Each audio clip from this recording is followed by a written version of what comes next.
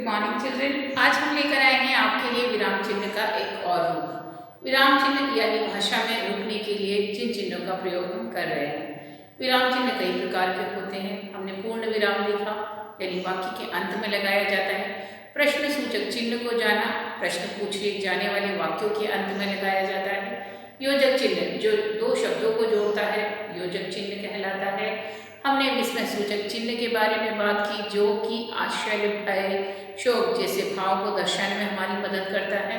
इस प्रकार विभिन्न प्रकार के विराम चिन्ह अलग अलग परिस्थितियों में प्रयोग किए जाते हैं। तो आज हम ऐसे विराम चिन्ह का प्रयोग आपको बताने जा रहे हैं जो कि किसी एक विशेष परिस्थिति में प्रयोग किया जाता है। जब हम अपने बात के द्वारा, एक वाक्य के द्वारा ये बताने का प्रयास करते हैं कि आगे विभिन्न चरणों को आपको फॉलो करना या देखना है। जब हम कहते हैं कि निम्नलिखित नियमों का पालन करना है, निम्नलिखित नियमों का पालन करना, नंबर 1, नंबर 2, नंबर 3। तो जब हम पहला वाक्य लिखते हैं कि निम्नलिखित नियमों का पालन करना है, तो उसके बाद हम एक चिन्ह लगाते हैं कि आगे के बाद आगे है नंबर वाइज हम उनको लिख रहे हैं, तो वो कहलाता है विवरण चिन्ह, जिसके द्वारा हम बताने की कोशिश करते हैं कि इस पॉइंट, इस वाक्य के आगे उसकी जानकारी दी जा रही है, जो कंटिन्यूटी यानी कि लगातार जारी रहता है और जो बताता है कि इस वाक्य के, इस बात के, इस जहाँ विराम चिन्ह ये जो लगाया गया है विवरण चिन्ह, उसके आगे विस्तृत जानकारी दी गई है, तो वो विवरण चिन्ह होता है। तो सबसे पहले देखिए कि विवरण चिन्ह होता कौन सा है। तो जब हम इस प्रकार से दो डॉट के साथ ये जो डैश लगाते हैं, इसको हम बोलते हैं विवरण चिन्ह। इसका प्रयोग हम कैसे करते हैं, आप देख सकते हैं। संज्ञा के, आप लिखते हैं वाक्य के, या के निम्न भेद हैं, संज्ञा के निम्न भेद हैं कौन कौन से। अब उसके बाद आप लिखोगे नंबर 1 व्यक्तिवाचक, नंबर 2 जातिवाचक। तो वो जब आप ऐसे करके लिखते जाओगे वो आगे की बातें, नंबर 1 व्यक्तिवाचक, नंबर 2 जातिवाचक। तो ये जो लिखने से पहले आपने क्या काम किया, ये चिन्ह लगाया, तो ये चिन्ह कहलाता है विवरण चिन्ह। आपने क्या कहा, संज्ञा के निम्न भेद हैं, कौन कौन से भेद हैं, व्यक्तिवाचक, जातिवाचक और भाववाचक। तो इस प्रकार से ये जो बात के लिए प्रयोग किया जाता है, ये कहलाता है आपका विवरण चिन्ह, जो आपको बताता है कि किस प्रकार आगे बात कही जानी है। ये हुआ आपका विवरण चिन्ह। इसके अलावा आप इसको और इस प्रकार लिख सकते हो कि वचन के दो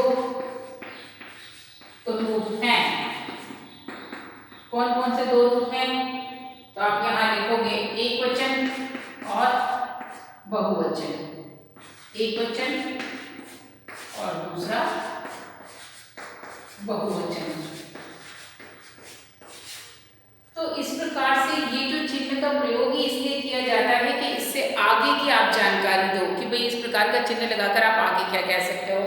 फिर आप कह सकते हो कि निम्नलिखित नियमों का पालन करो। नंबर 1, पहला नियम, सड़क के दाईं ओर, मतलब दाईं ओर मत देख जाओ, बाईं ओर चलो, चलते समय दोनों तरफ देखो सड़क के, ज़ेब्रा क्रॉसिंग पर नियमों को से ही सड़क को पार करो। तो इस प्रकार विभिन्न नियमों लिख रहे, तो पहली लाइन आप क्या लिखोगे, विभिन्न नियमों का पालन करो। तो ऐसे वाक्यों के लिए लिखते ना, निम्नलिखित नियमों का पालन करें, और ये कहने के बाद भी आप ये योजक चिन्ह लगा रहे हो। तो इस प्रकार योजक चिन्ह का मतलब हुआ, इस प्रकार के विराम चिन्ह, सॉरी योजक चिन्ह नहीं, इस प्रकार के विराम चिन्ह का मतलब हुआ कि ये विवरण चिन्ह है जो आपको आगे बता रहा है कि उससे आगे क्या जानकारी दी जा रही है। संज्ञा के निम्न भेद कौन कौन से, वो आगे बता रहे हो इस चिन्ह के बाद। फिर आपने कहा वचन के दो रूप हैं, कौन कौन से, वो चिन्ह के बाद लगाया। फिर निम्नलिखित नियमों का पालन करें, और उसके बाद आप नियम लिख दो 1, 2, 3, जो आपको नियम कहना है। तो विवरण चिन्ह का काम ही होता है कि उसके द्वारा आप कोई जानकारी बताएं, कोई निर्देश दें, या किसी भी प्रकार की सूचना किसी को दे, बिंदुवार, पॉइंट वाइज भी आप लिख सकते हो आगे। तो ये कहलाता है विवरण चिन्ह, जो कि जानकारी देने के लिए प्रयोग किया जाता है। नॉर्मली आप परिभाषा लिखते हो और भेद लिखते हो, तो उस समय इन चीज़ों के हम नाम लिख सकते हैं। जैसे लिखते हो कि जानवरों की कई सारी प्रजातियां जंगल में थी, जैसे, फिर आपने विवरण चिन्ह दिया, फिर सारों के नाम लिख दिए, तो ये विवरण चिन्ह का काम होगा।